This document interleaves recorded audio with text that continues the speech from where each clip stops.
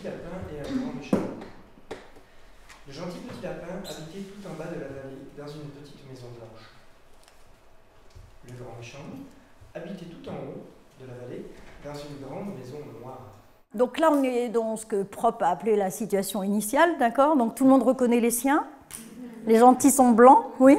Les méchants sont noirs, ça va? C'est bon? Donc moi, quand je suis en Seine-Saint-Denis avec les gens, ça hurle tout de suite, là. Commence direct. Je vois pas pourquoi c'est toujours nous les méchants, etc. Bon, voilà, très bien.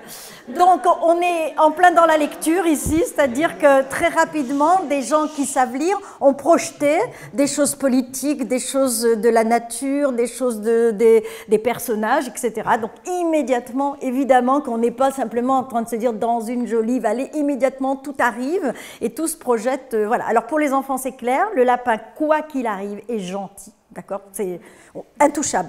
Moi, je le trouve stupide comme tout ce lapin, mais il ne faut pas y toucher. Il y a même une petite devant une caméra qui nous a dit, elle n'a pas fait attention, elle a 4 ans, elle disait, ma maman, elle mange du lapin. Et tout d'un coup, elle venait de dire que le lapin, c'était sympa. Et elle a eu 3 secondes pour sauver sa mère et le lapin. Et donc, elle a dit, oui, mais elle est au régime, c'est bon? Donc, ça a sauvé tout. Que sont mes amis devenus? Que j'avais de si près tenus étant aimés. Rascal met toujours des épigraphes et jamais au rabais. Hein. Il met Rudebeuf direct pour les mômes de 5 ans. Voilà. Donc il met la table, ce loup, il essuie sa vaisselle et puis il part à la rencontre du lapin. Et puis le lapin, par contre, eh bien voilà, lui, les peace and love, hein, les bonsaïs, les couleurs orangées, vert d'eau, il boit du jus de carotte, voilà. Quand le lapin dit « j'aimerais qu'il soit petit », le loup dit « moi, quand j'aurai un ami, je l'aimerais immensément ». Et quand le lapin dit « j'aimerais qu'il mange des tendres feuilles d'épinards », l'autre dit « moi, je l'aimerais tendrement ». Et tout de suite, on voit que le loup entend ce que dit le lapin, puisqu'il répond au lapin, et qu'en plus, regardez, il suffixe. Et regardez ce beau suffixe. Et oui, c'est le verbe mentir, d'accord? Donc là, on est trop bien, quoi. Là, on est dans de l'écriture, tout participe. Joueur, dit le lapin. Le loup dit, je l'aimerais même mauvais perdant. Quand le lapin rencontre le lapin était en train de recueillir des fleurs, et le loup lui dit, personne ne m'a jamais offert de fleurs. Tu seras mon ami. Et l'autre dit, c'est pas possible, t'es pas petit, t'es pas végétarien, t'es pas collectionneur, t'es pas joueur, t'es pas si. Le loup répond. Voilà, et le livre se termine comme ça. Il fait un gros bisou au lapin, et donc le livre se termine comme ça. Sauf que cette dernière phrase est écrite en gros. Elle est écrite plus gros que le reste du texte. Donc là, Bourdieu, entre autres, mais il n'est pas le seul, dit que quand on change la typographie dans un texte, ça veut dire qu'on manipule la réception du lecteur. Et les bons élèves sont grammatisés, donc ils disent « tu es ». Les petits qui n'ont pas encore appris à lire entendent « tuer ». Donc du coup, il a fallu relire absolument tout le texte pour savoir, parce que les enfants ne veulent pas... Alors avec Omar, on était trop bien, hein. Enfin Omar m'a tué, l'actualité nous a servi. Et donc, après la question pour les enfants, ben, le groupe s'est partagé en 2. Quoi, c'est pas possible, il n'a pas pu manger ce petit lapin qui était si bien. Peu d'enfants, mais quand même 2, on dit ce lapin il est bête comme tout, il est égoïste, etc. Peu importe. Et puis on est revenu à ce titre avec ce trait d'union, puisque ami avec trait d'union, hein, faire ami, voilà.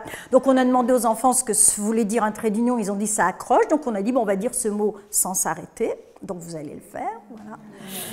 Voilà, évidemment, la dévoration était dans le titre.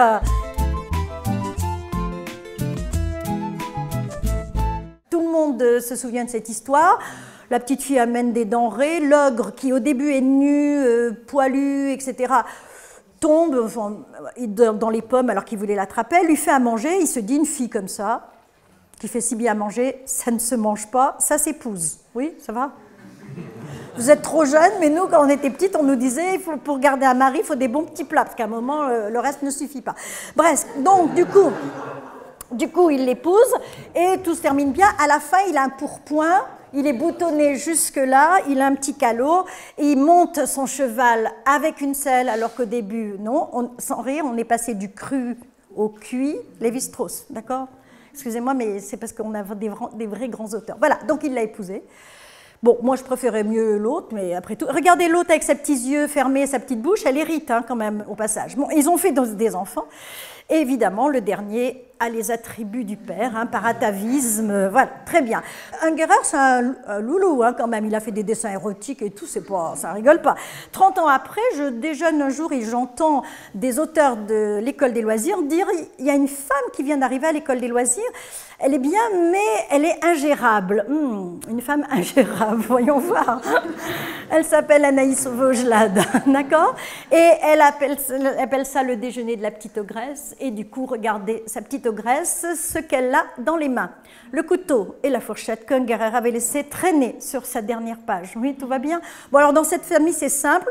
On mange un garçon tous les dimanches et 2 les jours fériés. Voilà, donc elle va avec une petite cage, elle fait des ficelles, elle va chercher des garçons, elle les attrape, elle les mange, tout va bien. Bon, c'est le matriarcat contre le patriarcat, qu'est-ce que vous voulez?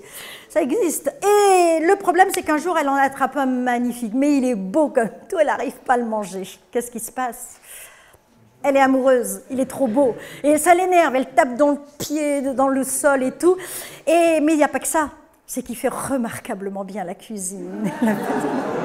Et un garçon comme ça ne se mange pas, ça s'épouse, d'accord? Alors moi, ce que j'aime bien, c'est qu'elle, elle a quand même pas perdu ses arguments, quoi. Elle a toujours des canines, et puis ses yeux un peu bizarres, on ne sait pas ce qu'elle a fumé, bon bref.